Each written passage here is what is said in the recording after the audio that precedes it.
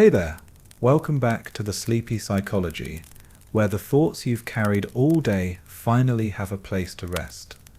Tonight we're going to gently unravel some of the guilt, blame, and emotional weight you've held onto for far too long. These quiet letters are here to speak to the part of your mind that never stops overthinking, the part that still believes it was your fault, even when it wasn't. So find your softest pillow, dim the lights, and let your breath settle. As you drift into sleep, let these words remind you, you were never meant to carry it all alone. Before we begin, I'd love to know, what time is it where you are, and where in the world are you listening from tonight? Let me know in the comments. And now, let's begin.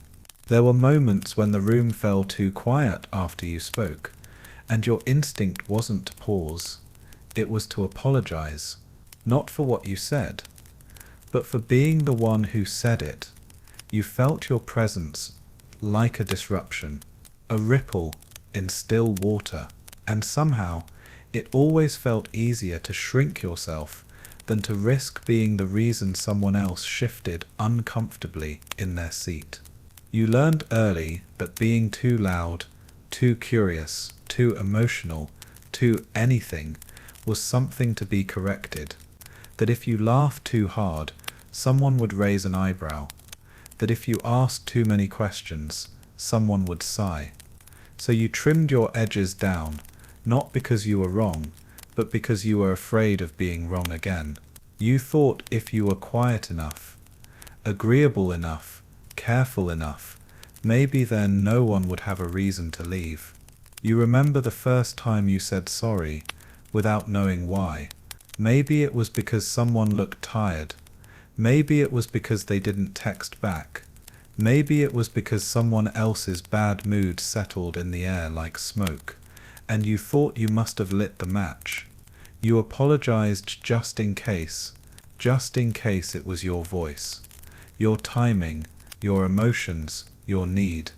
You kept thinking that love would feel warm when you earned it, but it always came with terms, with rules, with unspoken expectations you learned to read like street signs. Don't speak too much, don't feel too much, don't need too much. You became an expert in adjusting, even when it cost you comfort, even when your silence turned into stomach aches and headaches, and sleepless nights full of replayed conversations.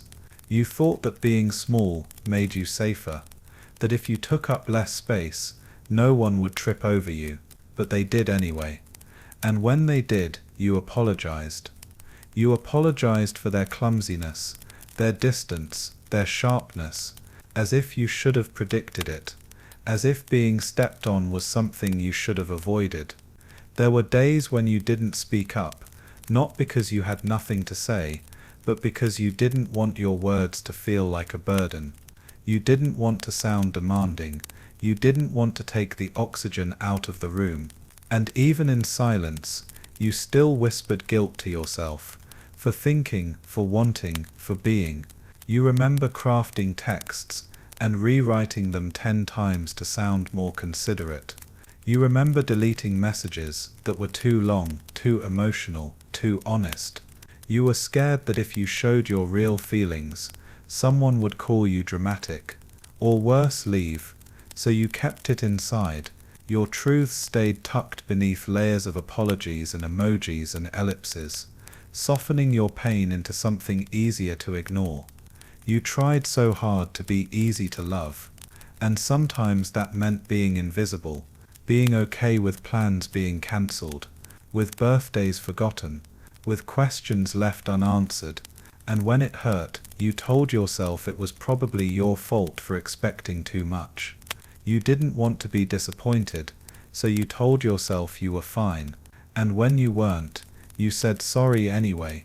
You carried the weight of everyone's reactions, like a careful server with a tray full of drinks, never wanting to spill, never wanting to be the reason someone got wet. But the whole time your hands were trembling, your arms were sore, and no one noticed how heavy it had become. You didn't ask for much, just for people to be gentle, just for someone to ask how you were without expecting you to say, "I'm fine," but instead you became the caretaker, the emotional translator, the one who checked in even when no one checked on you. You wore strength like armor, but it was stitched from guilt, from the belief that if you weren't helpful, or kind or forgiving, you weren't worthy of love. Even now you flinch when someone raises their voice. You over-explain when you're not even being questioned. You try to make jokes when you're hurting, so no one sees your sorrow and mistakes it for a problem. You've learned to turn pain into politeness, to bleed quietly, but none of this was ever yours to carry. The discomfort in their silence wasn't your fault. The way they misunderstood you didn't mean you were too complicated. The times they left you unread or unseen didn't mean you were too much. It wasn't your responsibility to predict everyone's moods, to avoid every emotional landmine, to always be the one who bends. You've spent years apologizing for your heartbeat, for your voice, for your love, as if those things were mistakes. But I want to ask you something, and let it sit with you for a while. What would happen if you stopped saying sorry for being who you are? There are echoes inside you that still speak in the language of apology, not in words always, but in the way you second guess before speaking, the way you reread your messages 5 times before sending, the way you mentally scan a room to see if your presence has made anyone uncomfortable. You've been trained, not with rules, but with reactions, with sighs, with silences, with shifting eyes that taught you that being you, in full, might be too much for someone else to handle. You didn't wake up one day and decide to be apologetic. It happened over time. A slow erosion of self, like water wearing down stone. Every time someone made you feel like you were too loud, too needy, too emotional, you softened yourself a little more. You didn't do it to manipulate anyone. You did it to survive, to stay close, to feel wanted, and because at some point the fear of abandonment became greater than the desire to be authentic, even your joys became measured. You hesitated before showing excitement.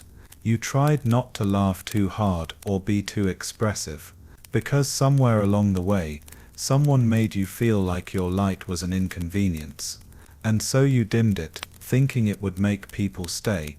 But the truth is, they stayed when you performed, not when you were real.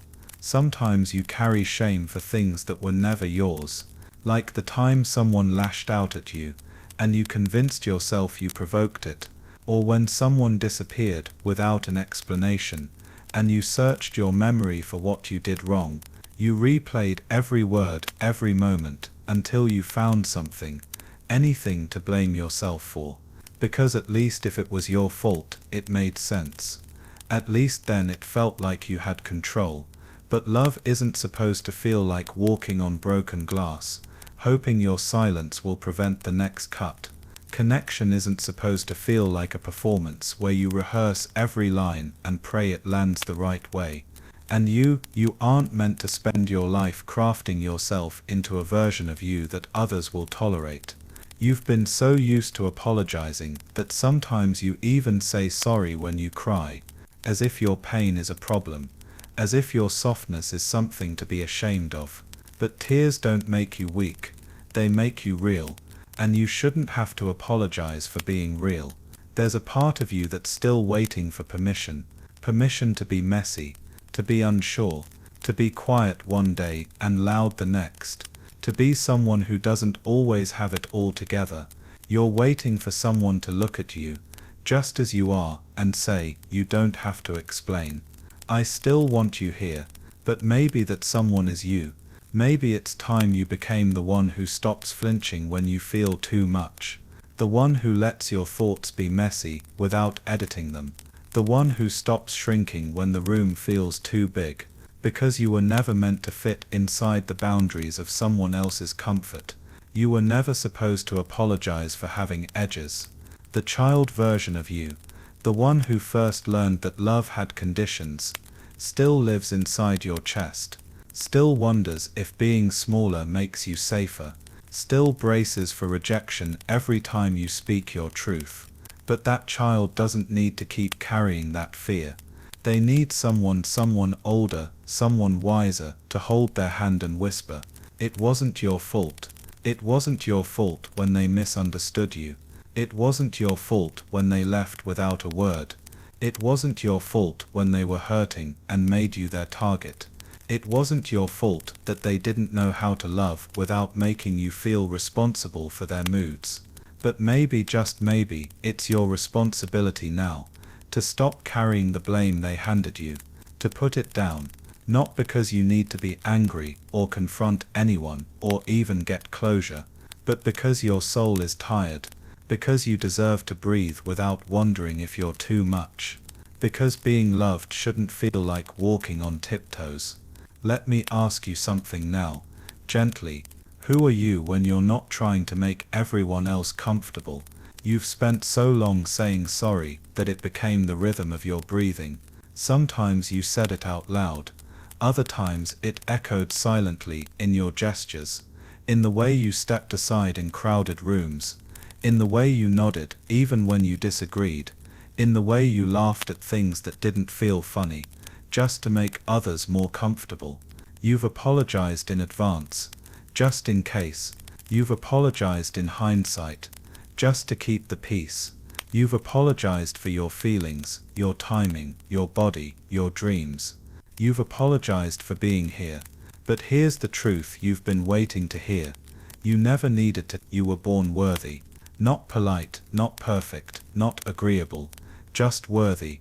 Not because you tried hard to be lovable, not because you made yourself convenient, not because you kept the peace. Worthy because you are, because you breathe and feel and exist. And you never had to earn that. Not from them, not from anyone. All those years you believed your softness was a burden, that your thoughts were interruptions, that your emotions were messes to be hidden. You thought if you made yourself small enough, agreeable enough, needed enough, then maybe they'd stay. But even when they did stay, you were still lonely, weren't you? Because no one saw the version of you that stayed silent to be safe. No one comforted the version of you that disappeared slowly, just to be more likable. You were never too much. You were just around people who never made space for the depth of you. But you don't need their permission to unfold now.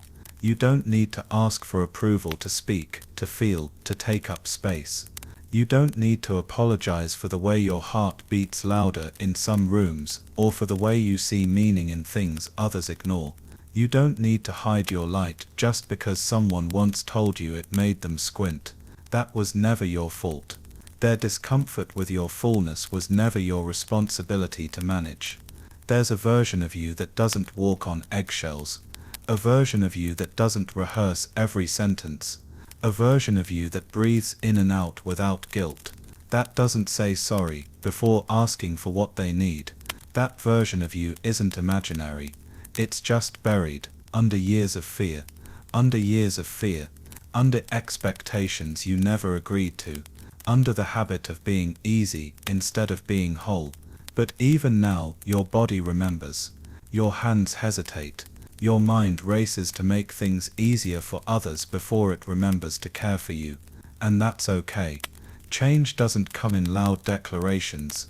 It comes in quiet decisions. Like saying, "I'm allowed to feel this," or "I don't have to explain myself," or simply breathing through the discomfort of being seen. You are allowed to be seen, and not the curated, careful version of you, but the real one, the one who sometimes cries over small things because they carry big meanings, the one who gets excited about little moments, the one who feels deeply even when others are numb, the one who longs to be held, not just physically, but emotionally, in the places you've never shown anyone. That version of you is not a burden. That version is not too much. That version is not the problem. That version is not someone to fix. You don't have to keep proving your worth with your silence. You don't have to keep apologizing for how you heal, how you speak, how you exist. You don't need to explain why you flinch when someone gets too close, or why you pause before trusting.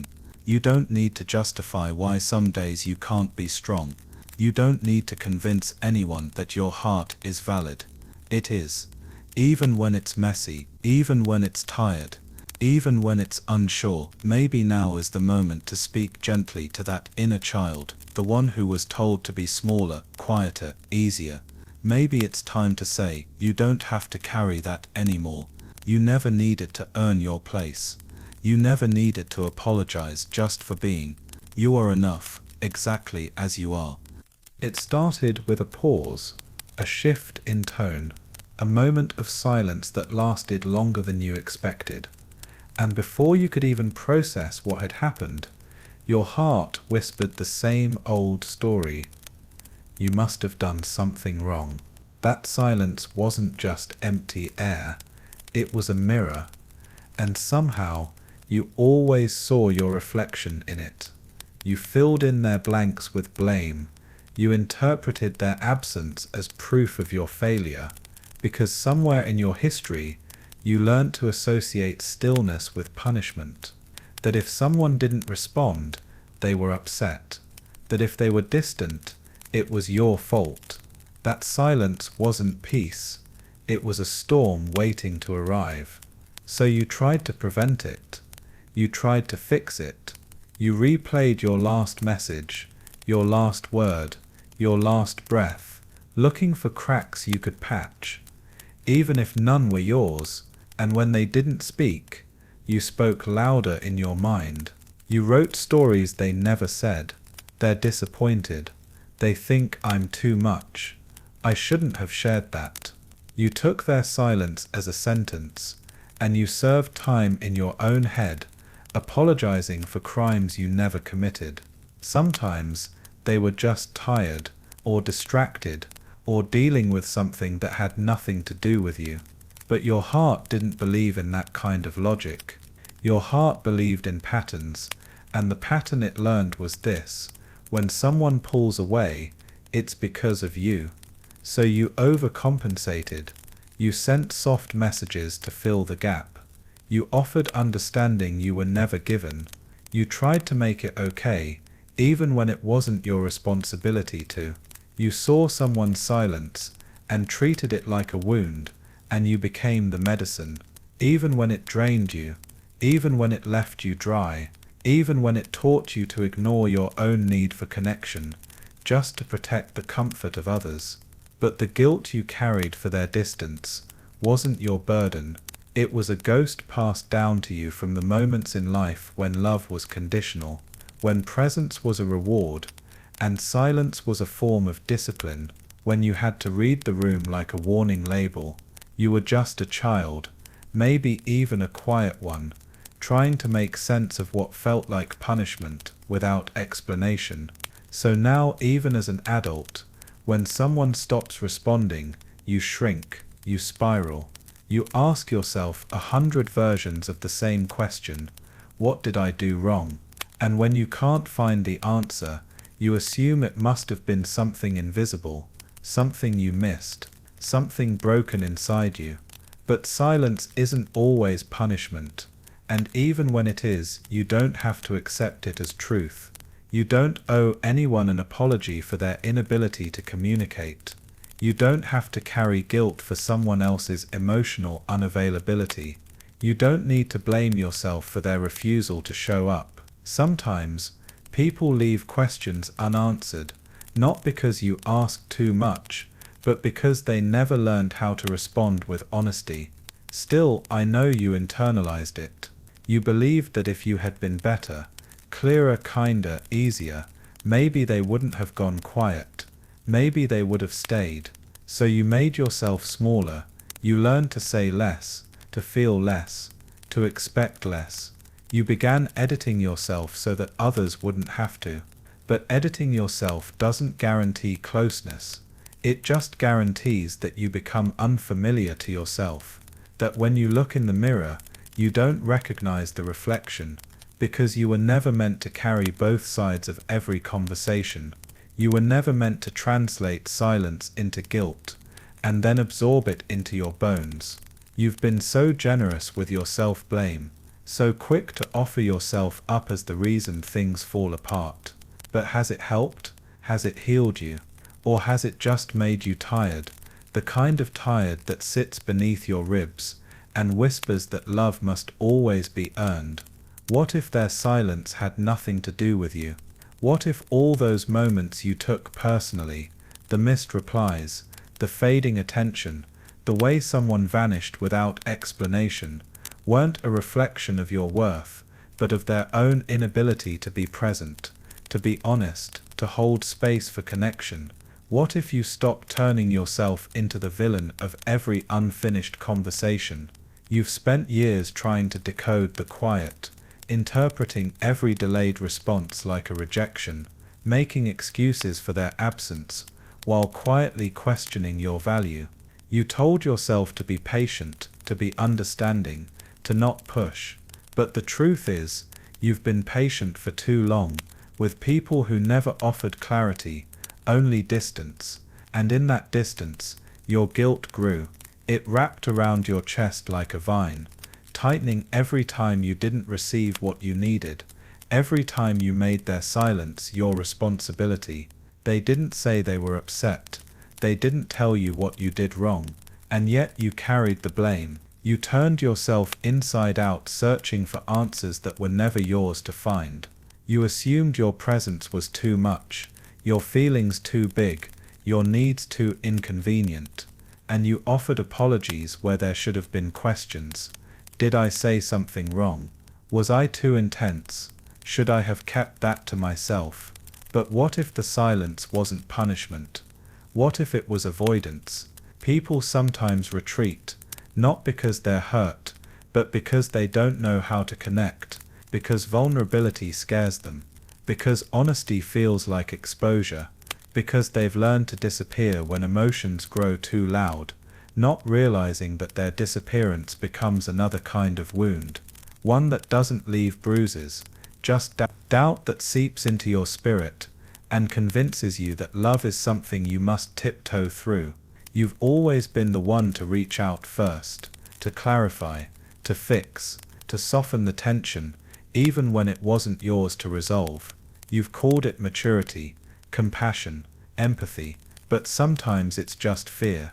Fear of being left with no explanation, of sitting in uncertainty, of confronting the possibility that someone simply didn't care enough to stay.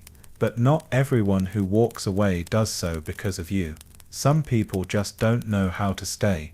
Some never learned that communication isn't a threat, that silence when unexplained isn't neutral, it's an absence that echoes. And you heard every echo like it was a warning, a sign to retreat, a sign to shrink, a sign to turn yourself into something more palatable. You were never the problem. You were just the one left holding the silence. And I know that kind of weight. It's quiet, but it's heavy. It lingers in places people don't see, like in the way you hesitate to speak your truth now, in the way you second-guess your emotions, in the way you'd rather bottle up your feelings than risk pushing someone away. You think if you don't need too much, you won't lose too much. But love without honesty isn't safety. It's surveillance, constantly watching yourself, editing yourself, doubting yourself. You deserve more than that. You deserve responses. You deserve closure. You deserve people who don't make you guess how they feel, who don't punish you with silence, who don't disappear when things get uncomfortable.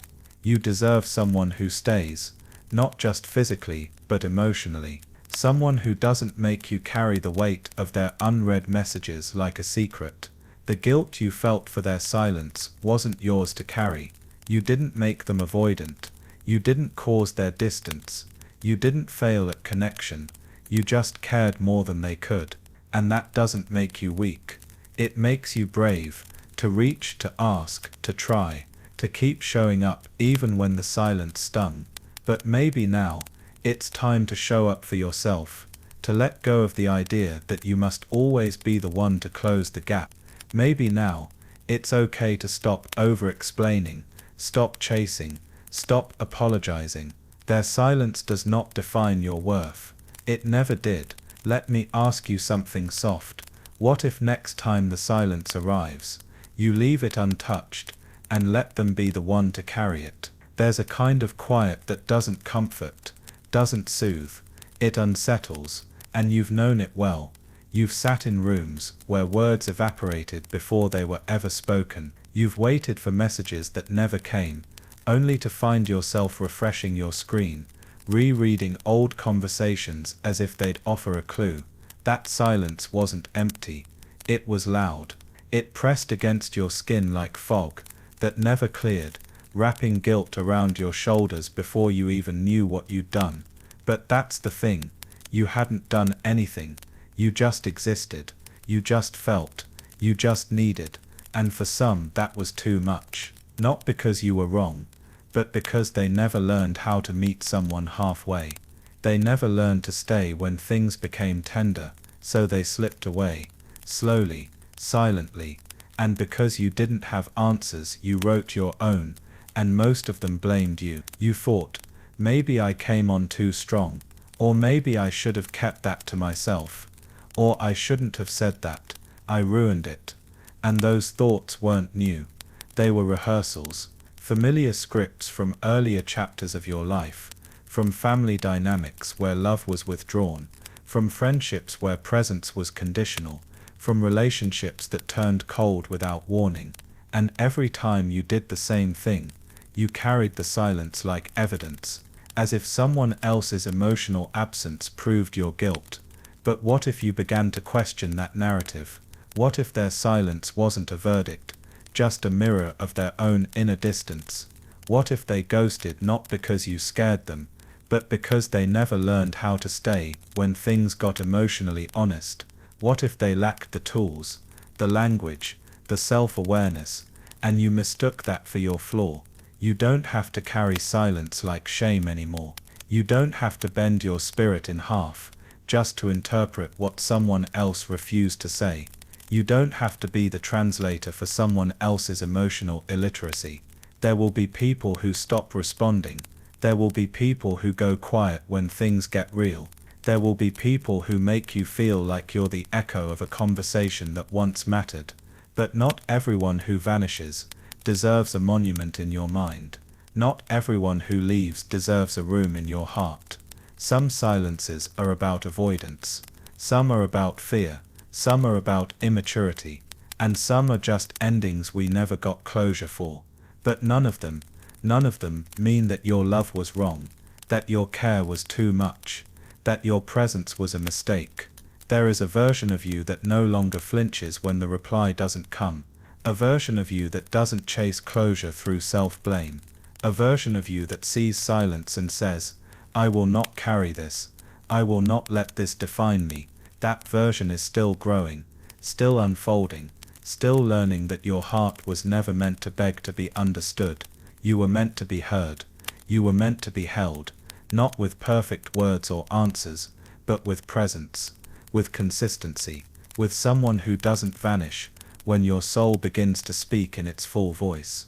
So now, let this be the moment you put down the guilt, not with anger, not with blame, but with love for the younger version of you who tried so hard to be good enough that you accepted silence as a teacher.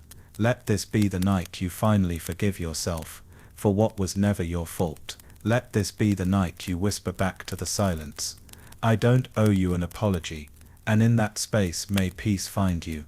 There are things you remember clearly, the way certain voices rose too quickly, the way doors closed a little too hard, the way silence stretched long across a dinner table, and how you always believed it was somehow because of you.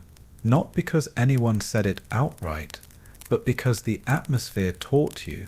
The tension, the unpredictability, the sighs and shifts in tone, they became a language, and you learned to speak it fluently, even before you knew how to name what it was doing to you. You were just a child, but you became the emotional weather vane of the room, reading moods, gauging temperature, predicting outbursts.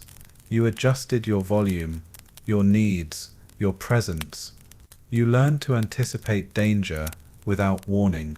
And somewhere along the way, you began to believe that your behavior had the power to prevent or provoke what came next. So if someone lashed out, you thought, I should have been quieter. If someone cried, I should have been better. If someone left, it must have been something I did. But it was never your fault. And yet you carried it anyway. You carried their moods, their absence, their broken promises like invisible weights. You didn't understand that adults could be wrong, that they could project, that they could abandon not because you were unlovable, but because they were overwhelmed or wounded or incapable. No one explained that to you. No one offered context. So your brain made the only conclusion it could. It must be me, and once that belief took root, it never really left. It shaped how you saw yourself, how you moved through relationships, how you interpreted discomfort. You apologized too quickly. You forgave too easily. You blamed yourself for conflict, for rejection, for distance. You became hyper-aware of how others were feeling, and under-aware of your own needs. Because when you take on guilt too young, it becomes the lens through which you see the world. And even now, when someone is short with you, your instinct is to soothe, not yourself, them. When someone pulls away, you search for your mistakes. When someone is in pain, you wonder how you can fix it. But that impulse didn't come from nowhere. It came from a childhood where love was inconsistent, where attention was unpredictable, where emotions were explosive or withheld, and you had to make sense of it all with a heart too small to hold so much responsibility. You weren't supposed to be the fixer. You weren't supposed to be the peacekeeper. You weren't supposed to be the emotional anchor of the people who were supposed to protect you. But no one told you that. So you stepped into roles that didn't belong to you. You took on burdens that weren't yours. You thought being good would make people stay. You thought being quiet would keep people from yelling. You thought not needing too much would make you easier to love. But love that asks you to abandon yourself isn't love. It's survival. And survival isn't your fault. It's your origin. You adapted because you had to. You learned to carry things because no one else would. But now that you're older, now that you can see the patterns, now that you can hear the echo of blame in your own thoughts, maybe you don't have to keep holding it. Maybe it's time to return some of that weight to where it belongs. Gently, quietly, without anger, just truth. It wasn't your fault they were angry. It wasn't your fault they left. It wasn't your fault they didn't know how to love. It wasn't your fault they never asked how you felt. And it's not your job to keep proving you're worthy of love by being unproblematic, undemanding, unnoticeable. Let me ask you softly, who might you become if you stopped carrying what never belonged to you?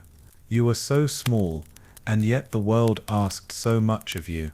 Not through words but through silence, through what was never said, through what was expected without being spoken. You filled in the gaps. You stepped into roles that were never meant to be yours, not because you wanted to, but because you had to. Because someone needed to be calm when the air got heavy. Someone needed to be good when things felt chaotic.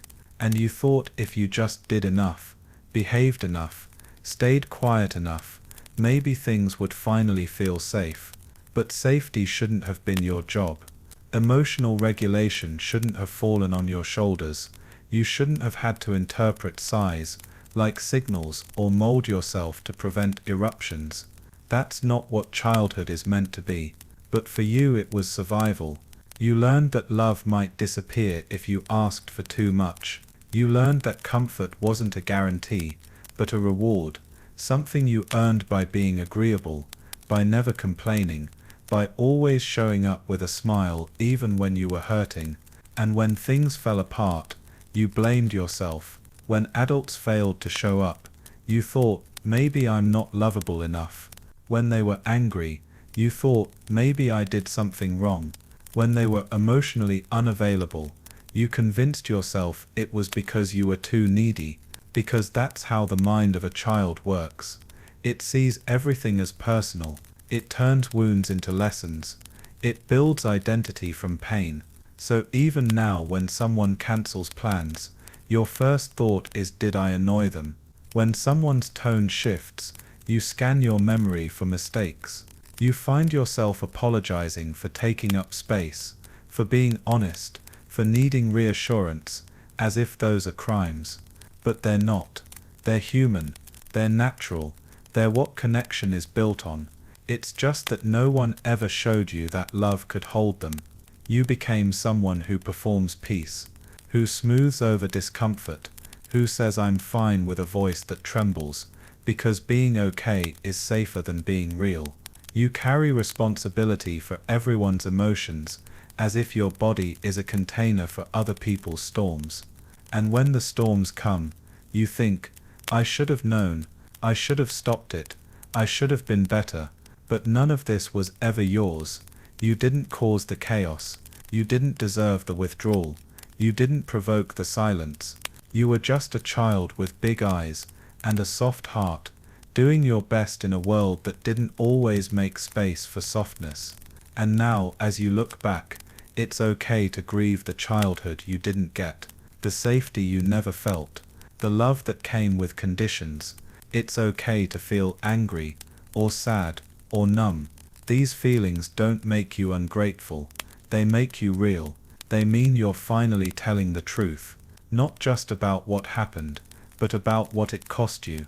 You lost parts of yourself to responsibility, to guilt, to shame that was handed to you like a gift, and wrapped in silence, and you carried it.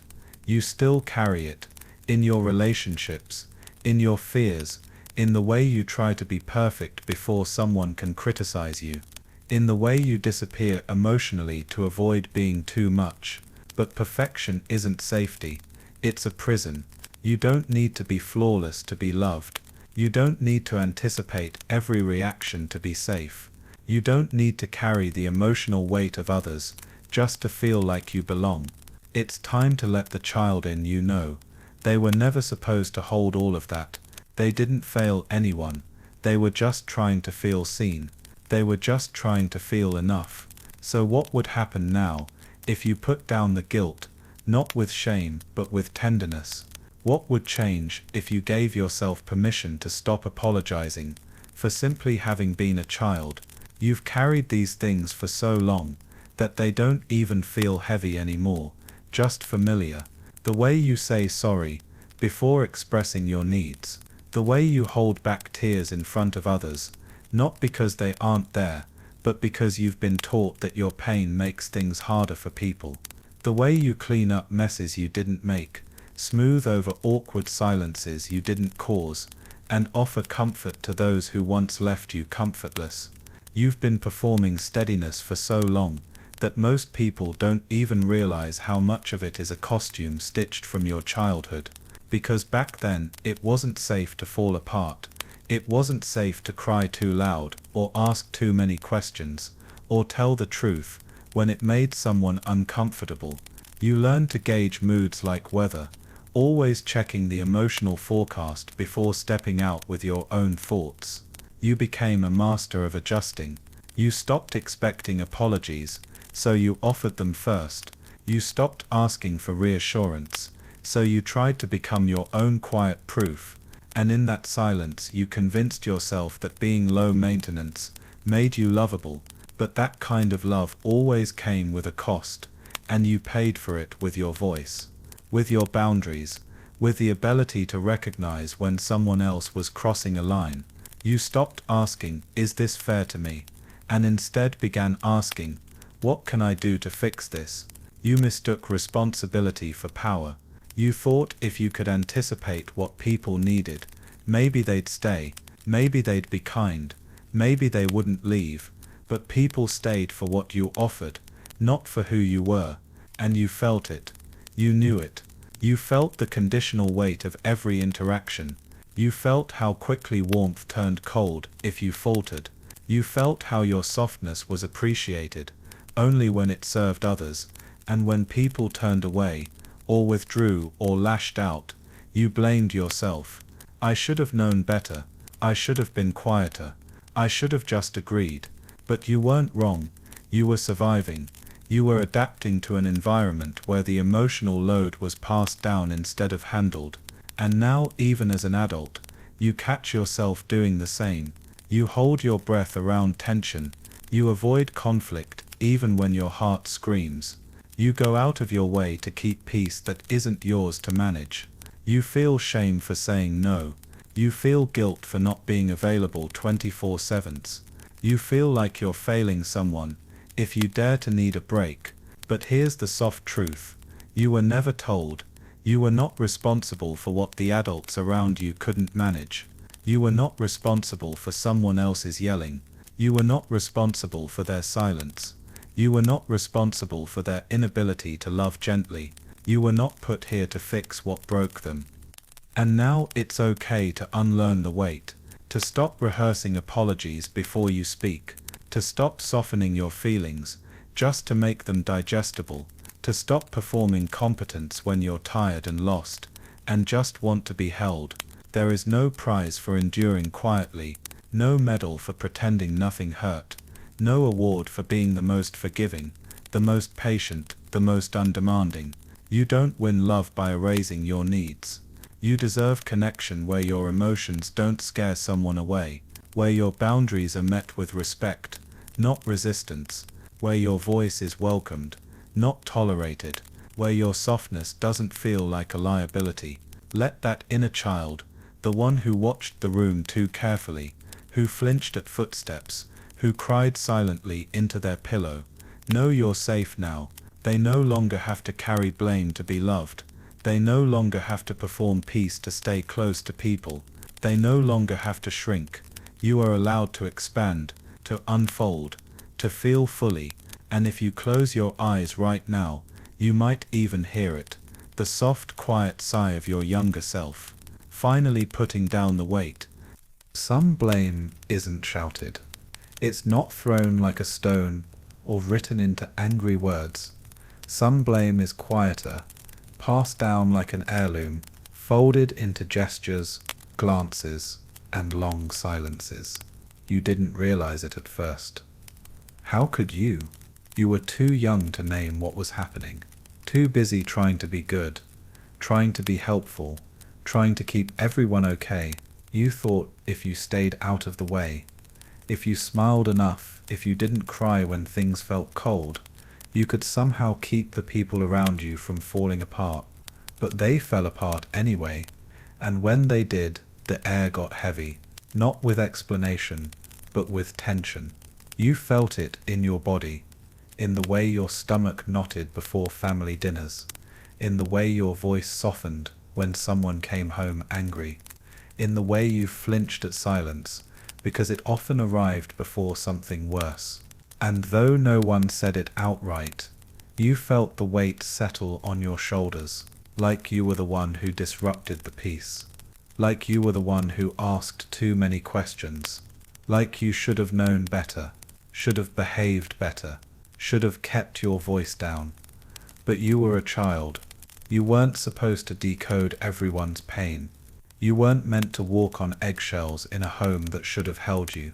You weren't supposed to carry the emotional weight of grown people who never learned to carry their own, and still, you did. Not because you were guilty, but because they made their pain your responsibility. Not with words, but with withdrawal, with sharp tone, with disappointment you couldn't explain. You internalized it quietly. You learned that if someone was hurting, you should shrink. That if someone was disappointed, it must be because of you. That if someone stopped talking to you, the answer was to become smaller, softer, easier. You called it empathy, but it was survival, because no one should ever make a child feel responsible for their sadness. And yet they did. They didn't mean to, maybe. But the result was the same. You grew up learning that emotional responsibility was yours to hold, that if something went wrong, the fastest way to feel safe was to take the blame.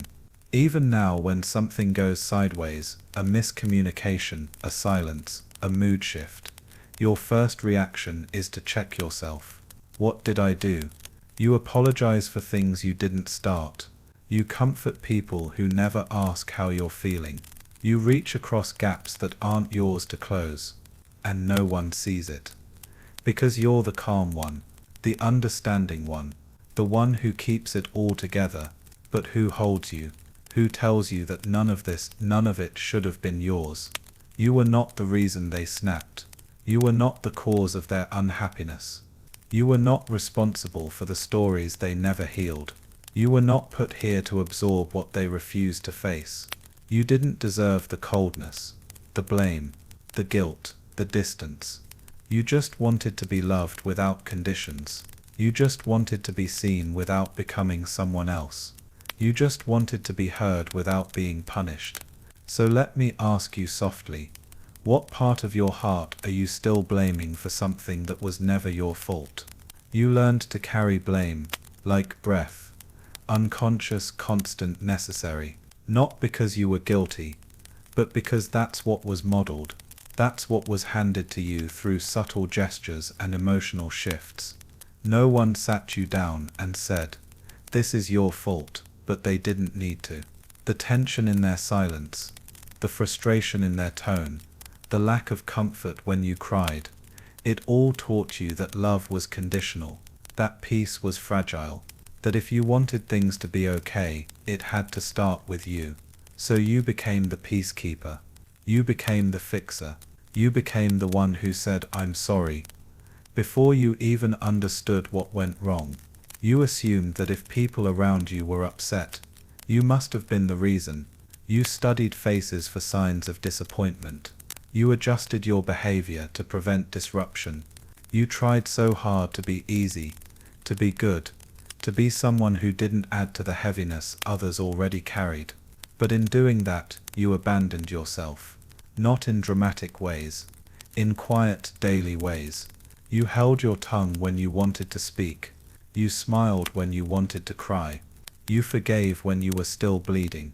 You took responsibility not just for your mistakes, but for other people's pain, their confusion, their failure to communicate. You thought that if you absorbed enough of it, they would hurt less. And maybe, just maybe, they would stay. But the staying never depended on your silence, and the pain was never yours to fix. Still, you feel it even now, the urge to apologize when someone grows distant, to soften your words when you sense tension, to reach out even when you're the one who's been hurt. It's so ingrained that you don't question it. You just act, you just make yourself small again, out of habit, out of fear, out of guilt that was planted in you like a seed, and nurtured over years by people who never tended to their own emotional gardens. And no one saw it. They saw someone mature, someone thoughtful, someone strong. But they didn't see the trembling hands behind the kindness. They didn't see the anxiety, masked by your patience. They didn't see how much it cost you to be the one who always bends, always soothes, always blames themselves first. Because that's the part you hid. That's the part you were taught, had no place. But I want you to see it now, not to shame yourself, but to set yourself free. Free from the idea that everything falling apart around you is your responsibility. Free from the guilt of not being able to hold everyone together. Free from the pressure to be the one who always understands, even when no one understands you. Free from the weight of being the emotional cushion in rooms where no one asked how you were feeling. You were just trying to earn love in the only way you knew how, by disappearing. But you don't have to disappear anymore. You don't have to keep being the first to say sorry when you've been hurt. You don't have to make yourself softer, just so others don't have to change. You don't have to hold back your voice, just to preserve their comfort. You don't have to carry their silence, and name it peace. You were never the cause of their brokenness. You were just nearby when it cracked. So let me ask you again, but deeper this time. What would it feel like to stop accepting blame that was never spoken, but always implied? What would it feel like to return it? Not in anger, but in truth, in release. in forgiveness, not for them, but for you. There's something haunting about blame that never had a name, something about carrying a feeling for years that no one ever admitted existed, but that lived in every interaction, every silence, every heavy look. You tried so hard to be good. Not perfect, just good enough to keep the air calm, the voices steady, the doors from slamming, and when things still fell apart, when someone grew cold or distant or cruel, you turned to yourself again. It must have been me. It always circled back to that, didn't it? And that kind of blame doesn't scream. It whispers. It speaks in thoughts like, I should have known better, even when you did nothing wrong. It lives in the way you flinch when someone is frustrated, even when their frustration isn't aimed at you. It appears in how you try to read between the lines of every message, in how you fill silences with apologies, in how you reach for people even when your hands are empty and tired. But the truth, the gentle healing truth, is that their feelings were never your fault. Not their anger, not their shame, not their inability to express themselves, not their leaving, not their silence, not their inconsistency, not their blame, spoken or unspoken. They were carrying wounds of their own, wounds they never named, wounds they placed on your back because it was easier than looking at themselves. And maybe they didn't know they were doing it. Maybe they didn't mean harm. But that doesn't make the weight any lighter, does it? You carried it anyway, because you loved them, because you needed them, because as a child, you didn't yet know you had the right to refuse someone's pain if they tried to hand it to you. So you took it in, their stress, their disappointment, their withdrawal, and made it make sense, the only way you could by making it your fault. But now the version of you reading this, the one lying in the dark, searching for rest, still carrying echoes from the past, that version of you is old enough to see the truth. You were never meant to be their reason. You were never meant to be their redemption. You were never meant to be their explanation. You were never meant to be their excuse. You were just a child who loved deeply, who wanted peace, who tried to make sense of grown-up pain with a child's understanding. That isn't weakness. That isn't failure. That is love, raw and unprotected. But love shouldn't cost you your identity. It shouldn't make you forget your worth. It shouldn't require silence in exchange for safety. You are allowed to let go of the blame, not just the words that were said to you, but the ones that were never said at all, the stories you wrote in your own mind to explain their absence, the guilt that became your second skin. You can peel it away now. You can speak to that version of yourself, the one who took the fall for things they never understood, and say softly, it was never yours. And when that voice inside you, the one shaped by years of false responsibility, starts to whisper again, you'll know how to answer, not with apology, not with shrinking, not with silence, but with truth, with breath, with the kind of softness that belongs to someone who finally knows they are not to blame. So tonight, ask yourself this: what would your life feel like if you only carried what truly belonged to you? It's quiet now, but the memory still echoes, that sinking feeling when someone pulled away and you didn't know why. The sudden change in their tone, the moment the warmth left their voice. You could feel it before it happened, like a shift in the air, and your first instinct wasn't to question them. It was to question yourself. What did I do? It always started there, not with their behavior, not with their patterns, but with your reflection. You looked inward, not because you were guilty, but because you were trained to believe that love leaves when you make a mistake. It didn't matter if no one said it out loud. You still felt it. You felt it in the way you tiptoed through conversations, in how you replayed interactions on loop, in the way you searched their silence for hidden meaning. Somewhere deep inside, a part of you believed that you were too much, too emotional, too complicated, too intense, or maybe not enough, not fun enough, not pretty enough, not interesting enough. And when things changed, When someone grew distant or cold or careless, you didn't blame them. You blamed yourself, because that's what you were taught. That love is fragile, and you are the one who has to protect it. That if someone shifts away, it must be something you did. That if someone doesn't choose you, it must mean you weren't worth choosing. And so you lived your life like a constant apology. You softened your voice. You hid your feelings. You asked for less. You tried to be easier to love, not realizing that anyone who truly loved you wouldn't need you to shrink in order to stay. You thought you were the problem, and not just in relationships but everywhere. In friendships that faded without explanation, in jobs where your ideas were dismissed, in classrooms where you kept your hand down. You told yourself it was better not to take up too much space, better to be agreeable, better to be the one who doesn't make things complicated. And every time something went wrong, you didn't just question your actions, you questioned your worth. You started seeing yourself through the lens of rejection, through the eyes of people who didn't know how to hold you. You forgot that sometimes people leave for reasons that have nothing to do with you. That sometimes others project their pain onto the nearest person, and you, with your open heart and quiet loyalty, just happen to be standing close. You forgot that some people don't know how to receive love, no matter how gently you offer it. That some people don't understand softness unless it comes with distance. But none of that was your fault. Their inability to love wasn't a reflection of your lovability. Their absence wasn't proof that you were disposable. Their coldness wasn't confirmation that you are hard to love.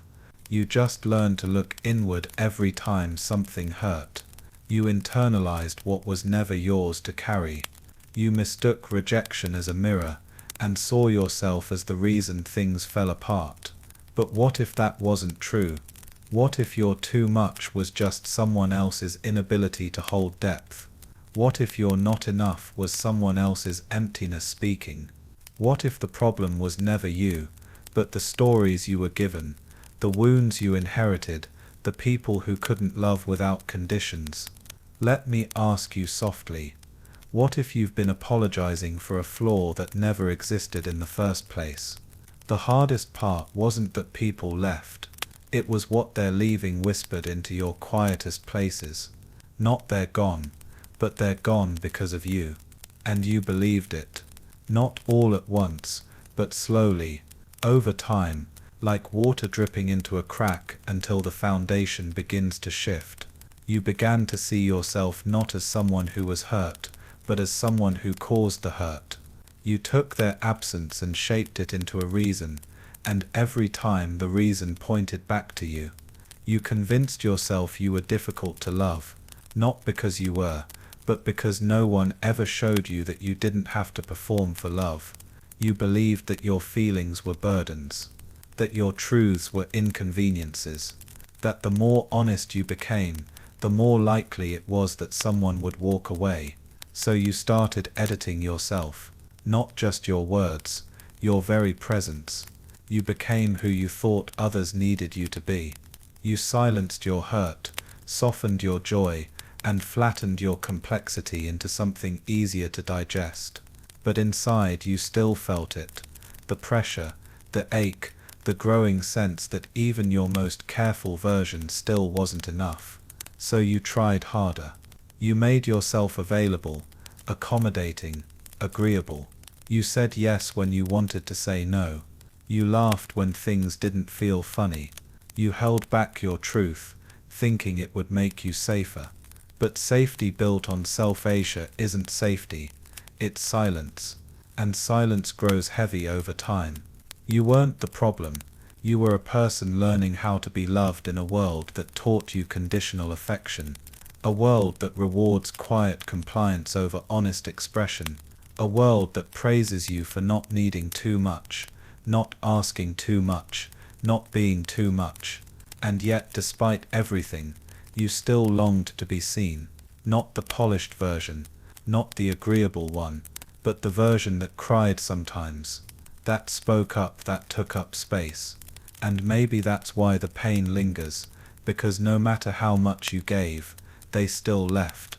And if they still left, then what else could it mean, except that you were the reason? That's the lie you swallowed, the story that wrapped around your ribs. But love that disappears the moment you stop performing was never love, it was convenience. And you were never meant to carry the weight of someone else's inability to stay. Even now, you may feel it, the instinct to apologize before expressing yourself, to soften your voice, to lower your eyes, to twist yourself into shapes that feel more acceptable. But every time you do that, you leave a part of yourself behind, and that's not love, that's sacrifice. Quiet, invisible sacrifice. You deserve more than that. You deserve love that doesn't flinch when you cry. You deserve presence that doesn't vanish when you speak honestly. You deserve warmth that doesn't ask you to shrink, to fit inside someone else's comfort zone. You deserve to know, in your bones, that you were never the problem. So let's rewrite the narrative, not with blame, not with bitterness, but with clarity. You are not hard to love. You are not broken. You are not a mistake. You are not too much. You are not too quiet. You are not the reason they couldn't stay. You are a whole person, worthy of love without condition, without edit, without apology.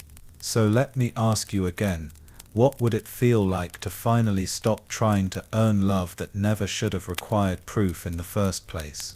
There comes a point when the blame you carry becomes too familiar to notice. It doesn't announce itself anymore. It simply shows up in your hesitation to speak, in your instinct to retreat, in the way you search people's faces for signs of displeasure, even before anything has been said. It shows up in how you anticipate rejection before connection, in how you prepare yourself for disappointment, even when things seem fine. It hides in the cracks of your self-worth, and whispers the same lie over and over again. It's because of you. But tonight something inside you is beginning to stir. Not loud, not fast, just a quiet resistance to that voice. Because there's a deeper part of you, untouched by fear, that remembers how young you were when you first learned to blame yourself. That remembers how every ignored feeling, every shut door, every misunderstanding slowly stitched the belief into your skin that you were the common denominator in every goodbye. You weren't. But no one told you that, so you kept looking for flaws, not in the way people treated you, but in the way you existed. You thought maybe if you were smarter or quieter or more forgiving or less emotional, then people would stay. You thought maybe if you never got angry, if you never asked too much, if you laughed more, if you took care of everything without needing anything back, maybe then, finally you'd be enough.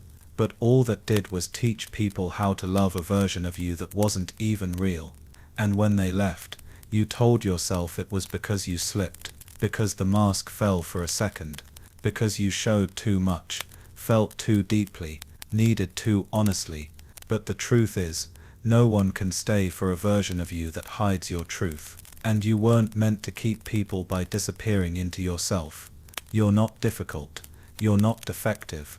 You're not a problem to be solved, or a burden to be managed. You are a person who learned to apologize for being human, because someone, maybe several people, made you believe that your humanity was inconvenient. But you are not inconvenient. Your needs are not mistakes. Your emotions are not wrong. Your desire for understanding, for depth, for closeness, it's not a flaw. It's a sign that you're still open, that even after everything, you haven't closed your heart to the world. And maybe, just maybe, the people who couldn't hold your truth weren't meant to. Maybe their silence was never a judgment of you, but a reflection of their own limits. Maybe their leaving wasn't about your worth, but about their fear. Maybe the problem wasn't you, but the way you were taught to take responsibility for everyone else's inability to love fully. You've spent long enough rehearsing guilt, long enough bracing for rejection, long enough believing that being loved means being less. But you don't have to do that anymore. You don't have to keep proving your worth through your pain. You don't have to keep twisting yourself into a shape that fits inside someone else's comfort. You don't have to keep wondering what's wrong with you, when all this time, the only thing wrong was the way others handled your truth. So tonight, let that old belief rest. Let it loosen its grip. Let it unravel. You are not the problem. You never were. And if the silence still lingers, if the questions still echo, that's okay. Let them. You don't need to answer every doubt to be worthy. You don't need to silence every fear to be loved. You only need to breathe, as yourself, exactly as you are. There are moments that have long since passed. Years ago, maybe even decades. Yet the ache of them remains, not always in vivid memories, but in feelings that rise unexpectedly. In the pit in your stomach when someone withdraws. In the flush of shame when you're misunderstood. In the rush of guilt that floods in before you've even processed what happened. And the hardest part is that no one's blaming you now, but somehow you still feel blamed. You still carry it. The sensation that something went wrong, and that the source must be you. That if someone is upset, if something ends, if a connection fades, there must be a flaw within you that made it happen. And even when others tell you, it's not your fault, the words don't land, because it doesn't matter what they say. You've internalized the blame so deeply, it feels like a part of who you are. You don't even need an accusation. You do it to yourself. You rehearse it before it's ever said. You imagine what you could have done differently. You analyze every word you said, every expression you made, every tone in your voice. You dissect yourself, looking for the thing that made someone uncomfortable, even if they never said they were.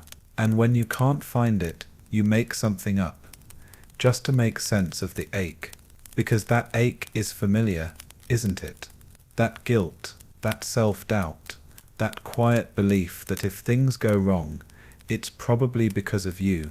Not because of anything you did maliciously, but because maybe you were too much, or maybe not enough. Maybe you said the wrong thing, without knowing. Maybe you needed too much comfort. Maybe you showed your feelings too clearly. Maybe you just existed in the wrong way. That belief didn't come from nowhere. It came from patterns. From moments when people didn't show up for you and never explained why. From times when your pain was ignored, and you learnt to believe that expressing hurt made you unlikable. From people who withdrew instead of speaking, who left instead of repairing, who made you feel that your very presence was the problem, even if they never said the words, and so you carried the silence like evidence. You made their avoidance your responsibility. You shaped your identity around the question, what did I do? And now, even when no one is blaming you, you still feel it, because you never learned how to separate someone else's reaction from your own reflection. But what if you paused here? What if you didn't rush to find fault in yourself the next time something felt off? What if their distance isn't your failure? What if their mood isn't your doing? What if their struggle to love you has more to do with their past than your presence? You've been trying to earn peace by carrying guilt that doesn't belong to you. You've been trying to create safety by predicting other people's reactions and blaming yourself for things they never said. But that's not peace. That's punishment. And you've punished yourself long enough. Let me ask you something gently. What if this ache inside you is not asking for blame, but for compassion? You wake up some mornings with a heaviness you can't quite name. Nothing has gone wrong yet. No one has said anything cruel, and yet there's a small familiar voice waiting for you. It starts before you even open your eyes fully. A quiet questioning, an internal scan. Did I forget something? Did I say too much yesterday? Is someone upset with me? And before the day even begins, you're already trying to fix something that hasn't happened, already trying to be better, safer, smaller. This is what happens when guilt becomes your compass. When the need to be safe is so strong, you try to outrun blame before it arrives. You step into every space assuming the responsibility to manage others' comfort, others' expectations, others' silence, not because anyone has told you to, but because somewhere along the way, you learned that being responsible meant being in control, and if you're in control, maybe you won't be hurt, maybe no one will leave, maybe love will stay this time, but control built on fear is not safety. It's self-erasure. It's walking through life with your hands held out, trying to catch every possible disappointment before it lands. And all the while, the one person you've been leaving behind is yourself. Even now, when something doesn't feel right, your first instinct is to retrace your steps. You reanalyze your tone, your words, your facial expressions. You imagine what someone might have misunderstood. You convince yourself you must have caused something, even if no one has said you did, because you've become so used to being blamed, or more truthfully, blaming yourself, that anything less than total harmony feels like a threat. And it's exhausting, isn't it? To carry this invisible need to preemptively fix what hasn't broken, to feel like you are always one step away from doing it wrong. This reflex didn't come from nowhere. It came from relationships where you were taught that love could be withdrawn at any moment, where affection came with conditions, where being easy to be around was valued more than being whole. You were taught to measure your worth by how well you could prevent discomfort in others. So you learned to read between the lines, even when there were no lines to read, and when people didn't explain their distance, their coldness, their change of tone, you explained it for them. You made yourself the reason, because if it was your fault, at least it made sense. At least it meant you could fix it. And maybe then they'd stay. But you are not a problem to be pre-solved. You are not a machine designed to run perfectly, without need, without edge, without mistake. You are a person. And love, real love, is not a contract you uphold through guilt. It's not a reward for perfection. It's not the absence of flaws. It's the presence of understanding, of care, of staying.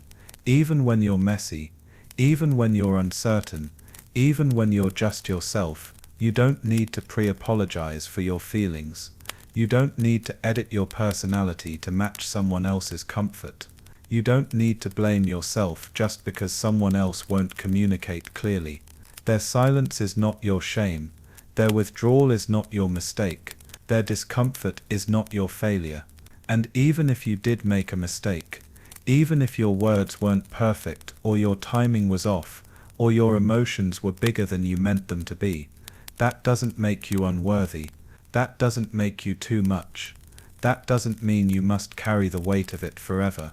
Making a mistake and being the mistake are not the same thing. And you, my dear, are not a mistake. So when the guilt rises next time, when the familiar script starts to play, pause, breathe. Ask yourself if you are really responsible, or just scared. Scared of being blamed. Scared of being left. Scared of being seen too clearly. Let me ask you softly, if guilt wasn't guiding your every thought, who would you be free to become? There's a particular ache that comes from believing everything is your fault, even when it isn't. It doesn't just live in your mind. It settles into your body.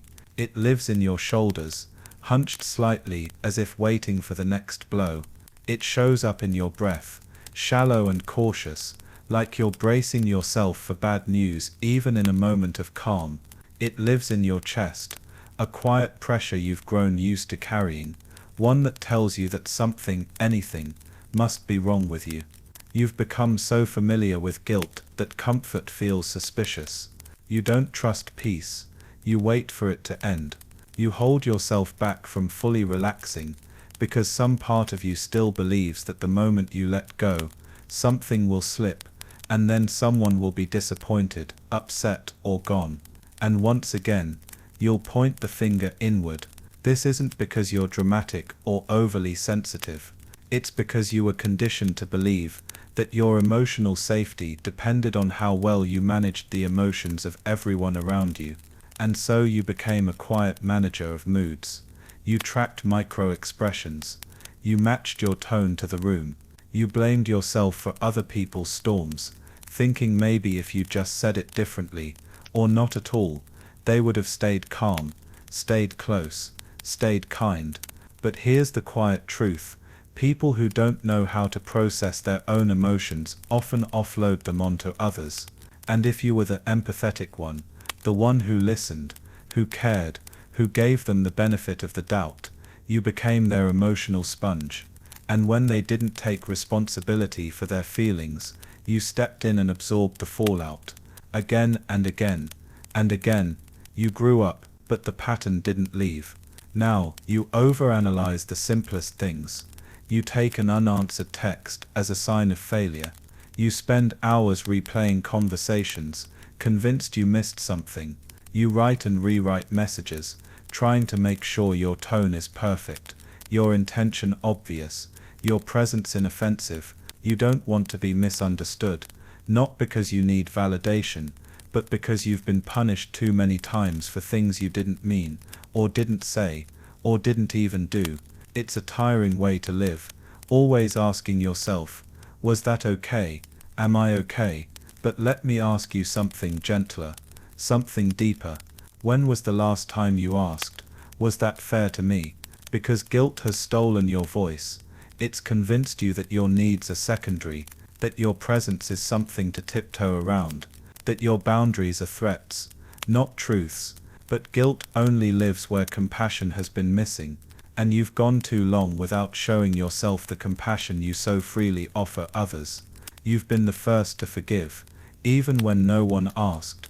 You've been the one to reach out, even when you were the one hurt. You've been the one to soothe, even when you were the one trembling. You've been the one to take responsibility, again and again, just to keep the peace. But real peace doesn't require sacrifice. Real love doesn't require guilt. So let this be the beginning of a different question. Not what did I do wrong, but why did I think I had to carry that? Not was it my fault, but whose feelings did I take on to survive? You are not selfish for letting go of blame that was never yours. You are not unkind for saying, this pain didn't start with me. You are not broken for needing space, silence and softness. You are healing, slowly, bravely, gently. And even if guilt knocks again tomorrow, as it will, you'll have the quiet strength now to answer it, not with self-punishment, but with something softer, something that says I see you, but I don't need to carry you anymore. You didn't make an announcement. You didn't storm out or scream. You simply faded, slowly, carefully, and quietly. Not because you wanted to, but because it felt like the only way to hold the piece together. You thought, if I just stay out of the way, everything will be fine. So you made yourself smaller, softer, quieter. You swallowed your thoughts. You tiptoed through conversations. You smiled when it ached. And in doing so, you convinced yourself that disappearing was love, that disappearing was maturity, that disappearing was safety. And maybe it was, for a while. Maybe it did keep things from boiling over.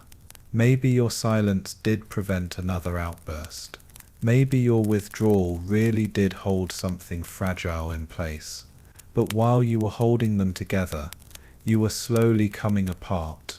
Because disappearing doesn't mean the feelings leave. It just means they go somewhere deeper. Somewhere they can't be seen. Somewhere they press against your ribs, your breath, your sleep. You carried everything, not just your emotions, but theirs too. Their moods, their reactions, their silence, their hurt. You wore it all like invisible armor, hoping it would protect you, hoping it would keep everything from collapsing. But armor is heavy, and you were never meant to carry that much weight. There was a moment, maybe more than one, when you wanted to speak. You felt the truth rise up in your chest, like a tide, but something stopped you. A flicker of fear, a memory of what happened the last time you spoke too honestly. A learned reflex that told you, say less. Be easy, don't make things worse. So you said nothing, again. You disappeared, not just from arguments, but from yourself, from your own preferences, from your own needs, from your own voice. You became agreeable when you wanted to protest. You said it's okay when it wasn't. You changed your mind just to avoid tension. You stayed when you wanted to go. You gave when you needed to receive. And no one saw it happening, because you made sure they didn't.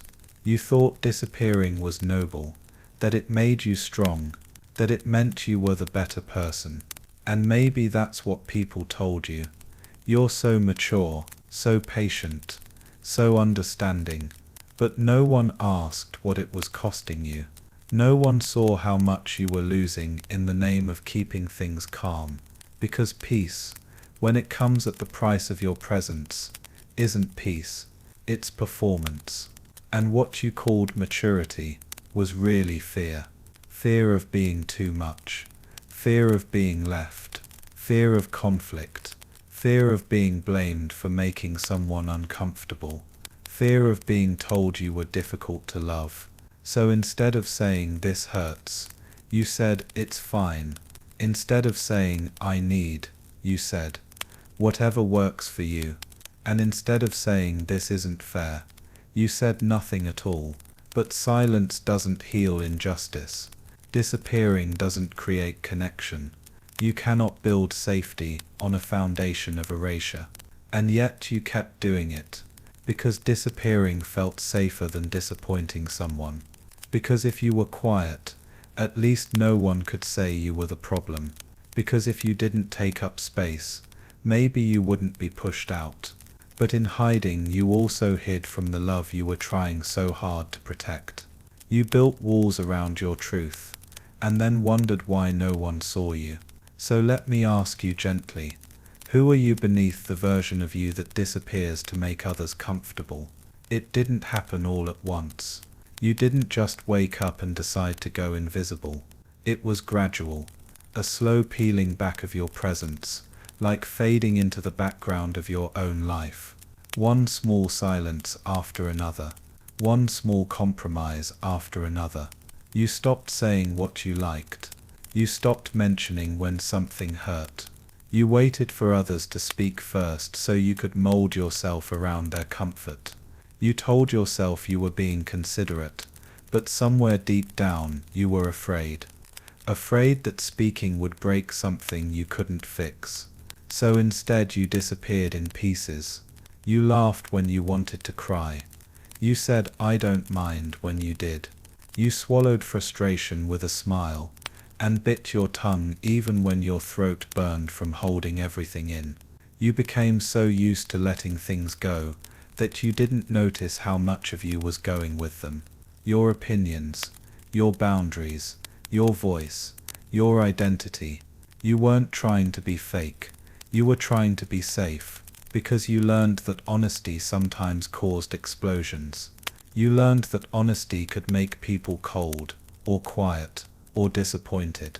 So you reasoned with yourself, if I just stay quiet, if I just go along with it, maybe they'll stay, maybe they won't get upset, maybe they won't leave. You made your silence into a shelter. You made your invisibility into a survival skill. You convinced yourself that calm was the same as connection. But there's a difference between peace and pressure. Peace is mutual. Disappearance is one-sided. And you didn't realize until much later, maybe years later, that the cost of keeping the peace was losing your sense of self. That every time you said yes when you wanted to say no, every time you said nothing when your heart was screaming, every time you agreed just to keep the calm, you were handing over a little piece of yourself. And you thought, this is just how I am. But it wasn't. It was how you became in order to survive. You might still carry that instinct. Even now, You feel it in conversations when you're afraid to be honest, when your body tenses just before you express something real, when your stomach twists as you wait for their reaction, when you rehearse your truth in your head a dozen times, softening it each time, until it doesn't even resemble what you really feel. And if someone looks disappointed, even for a moment, your reflex is to pull back, to apologize, to disappear again. But you don't have to do that anymore. You don't have to shrink to be safe. You don't have to disappear to deserve peace. You don't have to go quiet to be loved. Your presence does not disrupt harmony. It completes it. Your truth is not a threat. It's a bridge. Your needs are not a burden. They're a part of being alive. The people who truly see you, the ones meant to stay, will not ask you to disappear. They will not make you choose between your voice and their comfort. They will not punish you for being honest. They will listen even when it's hard. They will stay, even when you're messy. They will love you, not in spite of your depth, but because of it. But before they can, you have to reappear. You have to let yourself be visible. You have to speak even when your voice shakes. You have to show up for your own heart the way you've shown up for others. So tonight, if you feel that urge to go quiet, pause, notice it, hold it gently, and ask yourself, what part of me is afraid, and what part of me is ready to be seen? You became so skilled at disappearing that no one even noticed when you were gone. Not physically. You were still there, still smiling, still showing up for others, but emotionally, you were far away. You kept the surface calm, but underneath it all was a quiet storm. The thoughts you never said, the feelings you never showed, the truths you buried beneath soft words and polite nods. You became a mirror for what others needed, and somewhere along the way, your reflection faded. You weren't faking. You were surviving. You were doing what you had to do to avoid confrontation, to keep the love from slipping through your hands, to stop the room from turning cold. You told yourself, it's not a big deal. I can let this go. I can handle it. And maybe you could, once, twice, maybe even 100 times. But every time you silenced yourself to soothe someone else, the silence grew louder inside you. And what hurt most wasn't just that others didn't see it. It's that part of you stopped seeing it too. You forgot what you liked. You forgot what you needed. You forgot how it felt to express yourself without fear of consequence. You were so busy managing everyone else's comfort that you forgot what comfort even meant for you. And when you finally noticed the emptiness, you blamed yourself. You thought, why do I feel so invisible? Without realizing you were the one who kept stepping into the shadows to make room for others. But you were never meant to be a shadow. You were never meant to erase your voice to hold someone else's peace together. You were never meant to carry the burden of keeping things okay by sacrificing your authenticity. You learned that being quiet kept the peace. But did it really? Or did it just delay the chaos until it lived inside you instead? Peace that demands your silence is not peace. It's fear with a polite mask. And you deserve more than that. You deserve the kind of peace that makes room for your presence, that invites your feelings to the table, that holds your honesty with tenderness, instead of resistance. The day you disappeared wasn't weakness. It was a decision made by a part of you that was still learning what love could be. A part of you that thought safety meant smallness. That thought survival meant silence. That thought if you could just be easy enough, agreeable enough, invisible enough, maybe the people around you would stay. Maybe they'd love you more. Maybe nothing would break. But something did break. And it was your connection to yourself. Now that's what you're rebuilding. Not in one night. Not with one letter. But slowly, gently. With each time you choose to say what you mean, even if your voice trembles. With each time you stay present in a moment that once would have made you shrink. With each time you remind yourself that you don't need to disappear to be worthy of calm. You are not too much. You are not a disruption. You are not the cause of the conflict you tried so hard to prevent. You are someone who learned to be invisible, because no one ever made space for your truth. And now finally, you're learning to step back into the light.